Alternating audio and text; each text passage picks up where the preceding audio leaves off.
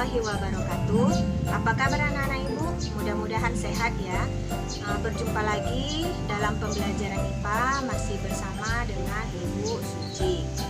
Nah, coba perhatikan beberapa kegiatan berikut. Yang pertama, menentukan panjang meja. Yang kedua, menentukan tinggi badan menggunakan meteran. Yang ketiga, menentukan suhu tubuh menggunakan termometer. Nah, beberapa kegiatan ini itu disebut dengan pengukuran. Apa itu pengukuran? Akan kita pelajari hari ini. Setelah belajar nanti, diharapkan kamu dapat menjelaskan pengertian pengukuran, menyebutkan pengertian besaran dan satuan, menjelaskan pengertian besaran pokok, menyebutkan macam-macam besaran pokok beserta satuannya, menjelaskan pengertian besaran turunan, menyebutkan macam-macam besaran turunan beserta satuannya, dan membaca alat ukur panjang, massa, dan waktu. Yang pertama, kita lihat dulu pengertian pengukuran.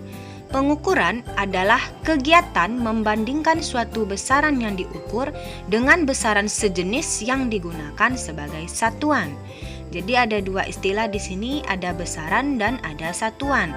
Besaran adalah sesuatu yang dapat diukur dan dinyatakan dengan angka, sedangkan satuan adalah pembanding dalam suatu pengukuran. Contoh, misalnya kita ingin menentukan panjang pensil menggunakan penggaris atau mistar. Nah, diperoleh di situ ternyata panjang pensilnya 2,2 cm. Nah, mana yang besaran dan mana yang satuan? Ingat pengertiannya. Besaran adalah segala sesuatu yang dapat diukur dan dinyatakan dengan angka. Jelas di situ besarannya adalah panjang pensil yang kita ukur. Sedangkan satuan adalah pembanding dalam suatu pengukuran. Jadi satuannya di situ adalah sentimeter. Nah, satuan yang digunakan untuk melakukan pengukuran harus memberikan hasil yang sama atau tetap untuk semua orang atau disebut dengan satuan baku. Nah, contoh, kita menentukan panjang meja menggunakan jengkal. Jelas di sini hasilnya tidak akan sama untuk tiap orang karena ukuran jengkal orang berbeda. Orang yang satu memberikan panjang meja 5 jengkal, orang yang kedua memberikan panjang meja 7 jengkal. Nah, hasilnya tidak sama, berarti jengkal bukan satuan baku. Berbeda ketika kita menggunakan penggaris, maka hasilnya pasti akan sama untuk setiap orang yang melakukan pengukuran. Nah, jadi itulah contoh daripada satuan baku. Nah, lanjut ke jenis-jenis besaran. Besaran terbagi dua macam. Yang pertama, besaran pokok, yaitu besaran yang satuannya dapat ditentukan sendiri. Yang kedua, besaran turunan. Kenapa disebut turunan? Karena besaran yang satuannya diturunkan dari besaran pokok. Jadi untuk menentukan besaran turunan, cari dahulu besaran pokoknya. Macam-macam besaran pokok. Besaran pokok ada 7 macam. Nampak di situ nama besaran, satuan internasional atau satuan bakunya, dan lambang satuannya. Nah, 7 macam besaran pokok beserta satuannya ini wajib kamu hafal dan kamu pahami. Ada panjang, satuannya meter, massa, satuannya kilogram, waktu, satuannya sekon, suhu, satuannya Kelvin, kuat arus, satuannya ampere, intensitas cahaya, satuannya kandela, dan jumlah zat, satuannya mol. Sedangkan besaran turunan ada beberapa macam. Di situ diperlihatkan ada 10 macam besaran turunan beserta satuannya. Yang pertama luas, kemudian volume, massa jenis, kecepatan, percepatan, gaya, usaha, daya, tekanan, momentum, dan lain sebagainya. Luas satuannya adalah meter pangkat 2. Volume satuannya meter pangkat 3 dan seterusnya. Nah, kenapa disebut dengan besaran turunan? Karena dijabarkan atau harus ditentukan dahulu besaran pokoknya. Contoh luas. Untuk menentukan luas harus kita cari dahulu besaran pokoknya, yaitu panjang dan ukuran lebarnya. Selanjutnya kita lihat alat ukur beberapa besaran pokok yang umum, yaitu panjang, massa, dan waktu. Kita lihat yang pertama, panjang. Untuk mengukur panjang itu digunakan beberapa alat ukur. Yang pertama mistar atau penggaris, kemudian rollmeter atau meteran, ada jangka sorong, dan mikrometer sekrup. Berikutnya massa. Nah, massa benda itu tidak sama dengan berat benda ya. Massa benda itu selalu tetap, sedangkan berat benda itu tergantung kepada kedudukan benda. Jadi berbeda. Untuk mengukur massa, alat yang digunakan biasanya ada neraca, ada timbangan. Nah, neraca ada nanti neraca digital dan ada neraca pegas. Terakhir, waktu. Untuk mengukur waktu sudah pasti yang digunakan adalah arloji. Zaman dahulu ada namanya jam pasir, kemudian ada stopwatch. Stopwatch ini ada yang digital dan ada yang analog. Lanjut, cara membaca alat ukur panjang. Yang pertama mistar atau penggaris, sudah umum kita gunakan ya. Misalnya kita mau mengukur panjang pensil. Nah, ujung satu pensil diletakkan pas tepat skala 0. Kemudian kita lihat ujung yang lainnya skala berapa yang ditunjukkan. Di situ contohnya 2,2 cm. Berarti panjang pensil itu adalah 2,2 cm. Ingat, mata kita harus sejajar dengan skala mistar atau penggaris, tidak boleh miring. Yang kedua, jangka sorong. Untuk apa guna jangka sorong? Biasanya jangka sorong digunakan untuk mengukur tebal logam dan diameter suatu benda. Misalnya kita ingin mengukur diameter bola misalnya atau baut. Nah, itu menggunakan jangka sorong. Jangka sorong ada beberapa bagian. Ada rahang dalam, ada rahang luar.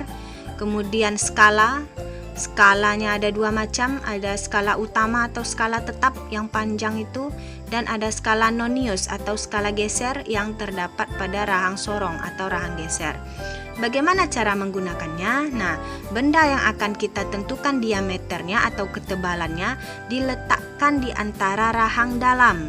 Nah, setelah itu nanti disorong, rahang sorongnya dipaskan ukuran, setelah pas baru dikunci dengan sekrupnya yang di atas.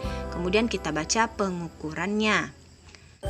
Nah, cara menentukan hasil pengukuran menggunakan jangka sorong ada 3 langkah. Yang pertama, tentukan terlebih dahulu skala utamanya. Yang mana skala utama? Yaitu angka yang dekat dengan angka 0 skala nonius atau terletak di sebelah kiri angka 0 skala nonius. Jadi lihat skala nonius, angka 0-nya. Nah, skala utama terletak di dekat angka 0 skala nonius atau di sebelah kirinya. Setelah skala utama dapat, langkah kedua tentukan skala nonius atau skala geser.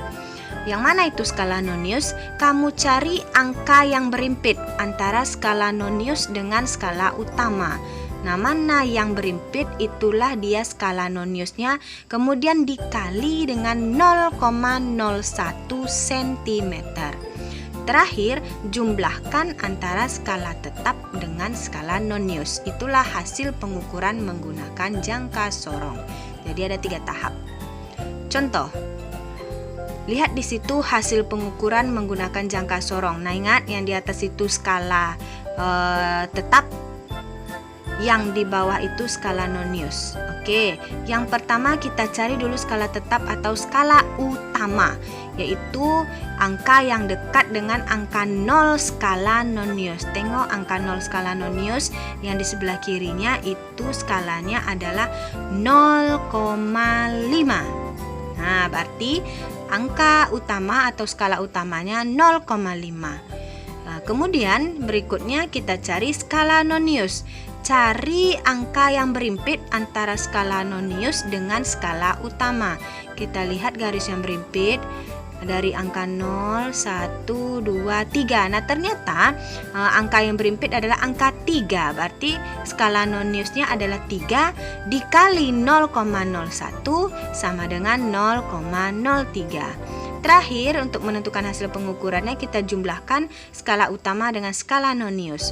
0,5 tambah 0,03 sama dengan 0,53 cm. Mikrometer sekrup. Mikrometer sekrup digunakan untuk mengukur diameter suatu benda dan ketebalan benda yang berbentuk plat atau lembaran. Misalnya menentukan ketebalan lembaran kertas misalnya. Berarti menggunakan mikrometer sekrup. Bagian-bagian mikrometer sekrup dilihat pada gambar. Ada rahang, sama, ada rahang tetap, ada rahang geser. Kemudian skalanya ada dua, skala tetap atau skala utama dan skala putar. Kemudian silinder pemutar. Bagaimana cara menggunakannya? Benda yang akan kita ukur ketebalannya diletakkan di antara rahang tetap dengan rahang geser. Kemudian silinder pemutarnya kita putar mempaskan ke benda tadi. Nah, kalau sudah pas, dikunci dan dibaca hasil pengukurannya. Cara membaca hasil pengukuran menggunakan mikrometer sekrup itu langkah-langkahnya sama dengan jangka sorong, ada 3 langkah. Yang pertama kita tentukan dulu skala utamanya, kemudian kita tentukan skala putar. Skala putar yaitu garis yang sejajar dengan skala utama.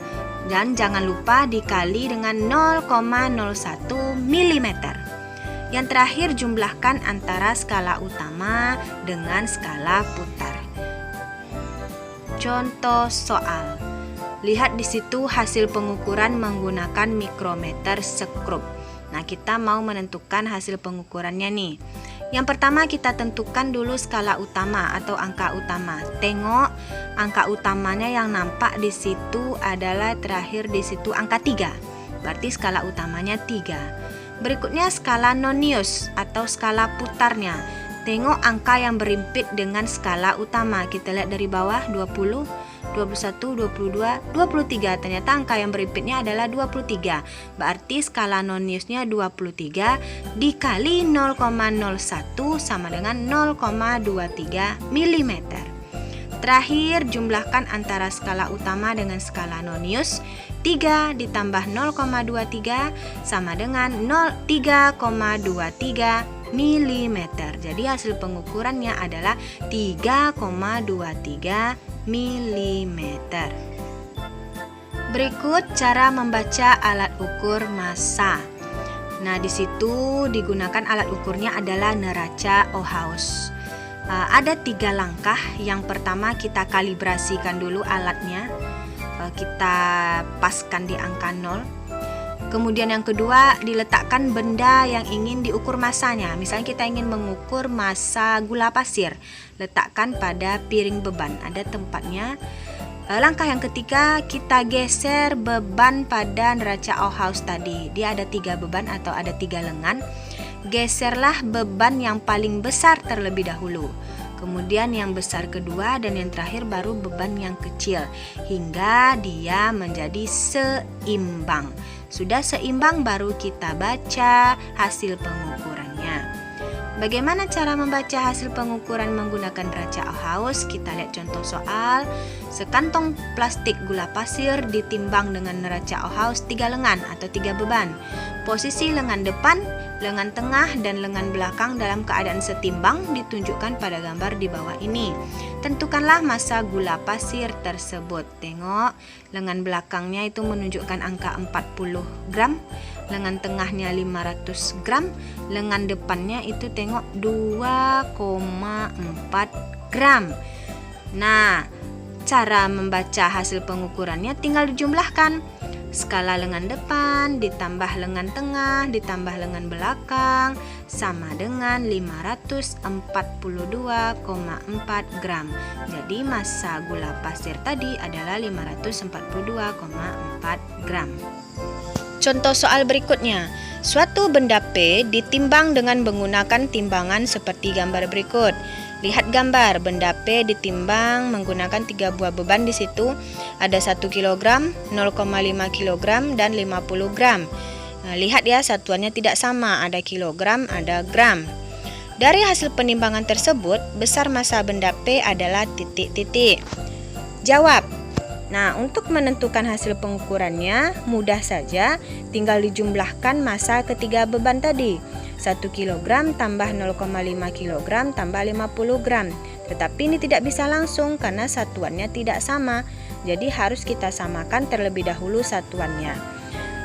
M1 sama dengan 1 kg dijadikan ke dalam gram. Nah, 1 kg menjadi gram itu dikali 1000 sehingga dia menjadi 1000 gram. Massa beban yang kedua 0,5 kg dijadikan gram dikali 1000 menjadi 500 gram. Massa beban yang ketiga 50 gram. Nah, sudah sama semuanya. 1000 gram, 500 gram, dan 50 gram. Nah, mencari hasil pengukurannya tinggal dijumlahkan saja. 1000 gram tambah 500 gram tambah 50 gram sama dengan 1550 gram. Jadi massa benda P itu adalah 1550 gram. Terakhir, cara membaca alat ukur waktu. Kita lihat di situ stopwatch. Nah, tengok pada stopwatch itu ada yang menunjukkan menit, ada yang menunjukkan detik. Ingat, 1 jam 60 menit, 1 menit 60 detik, 1 jam 3600 detik. Nah, lihat di situ berdasarkan hasil pengukuran di situ menitnya menunjukkan 20 menit, detiknya menunjukkan 30 detik. Jadi hasil pengukurannya adalah 20 menit 30 detik. Nah, dijadikan ke detik, 20 menit dikali 60, 1200 ditambah 30 sehingga hasil pengukurannya 1230 detik. Nah, sekian pembelajaran kita hari ini. Ada tugas yang harus kamu kerjakan di rumah. Baik, selamat mengerjakan tugas dan sampai jumpa pada pertemuan berikutnya. Assalamualaikum warahmatullahi wabarakatuh.